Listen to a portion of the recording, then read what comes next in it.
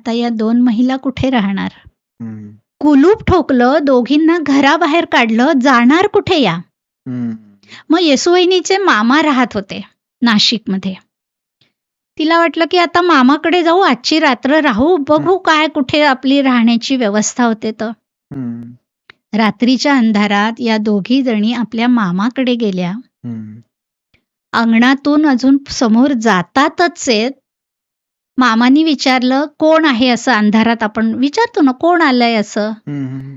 मामानी विचारलं. येसूवहिनीने सांगितलं, "मी येसू आहे." हं. तितक्यात मागून मामी आली आणि तिला आता एवढं मोठं सावरकरांच्या घराला कुलूप ठोकलं, घरावर हं. जप्ती आली, बघणारे लोकं, वार्ता हातोहात पसरतेच ना गावामध्ये. हं. तसं कळलंच होतं खरं म्हणजे त्यांना काय झालंय ते. हं.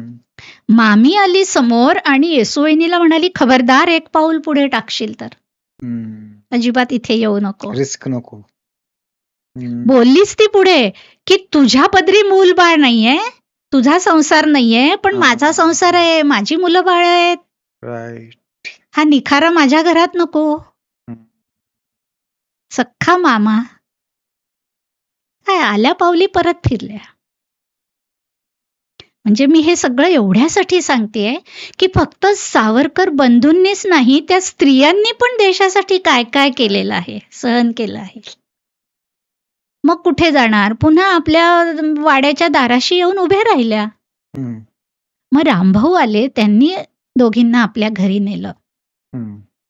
रामभाऊच्या घराची पण स्थिती काय होती? म्हातारी आई होती, ती आजारी. हं.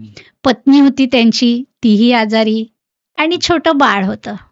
हं. असंच 10-11 महिन्याचं, साधारण वर्षाचं असं बाळ.